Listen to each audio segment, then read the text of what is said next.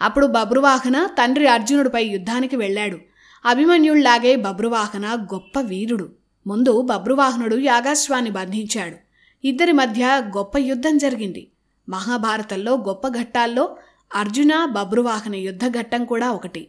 బబ్రువాహన బాణాలకు అర్జునుడే నిలవలేకపోయాడు. బబ్రువాహన వేసిన ఒక బాణం సూటిగా అర్జునుడి గుండెలను గాయపరిచింది. అర్జునుడు కింద పడిపోయాడు. అలా అర్జునుడినే ఓడించిన గొప్ప వీరుడు బబ్రువాహన. అర్జునుడు మరణించాడని, బబ్రువాహన గొప్ప వీరత్వం ప్రదర్శించాడని రాజ్యంలో తెలిసిందే.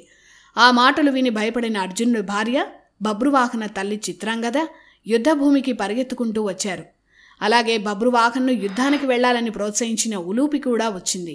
ఉలూపి వల్లే బబ్రువాహన తన తండ్రిపై యుద్ధానికి వెళ్లాడని తెలిసి చిత్రాంగదకు కోపం వచ్చింది. నీ వల్లే ఇదంతా జరిగిందని ఉలూపిని దూషించింది. ఎలాగైనా అర్జునుడిని బతికించాలని ఉలూపిని కోరింది. తన వల్లే తండ్రి మరణించాడన్న బాధతో బబ్రువాహన దుఃఖంలో మునిగిపోయాడు.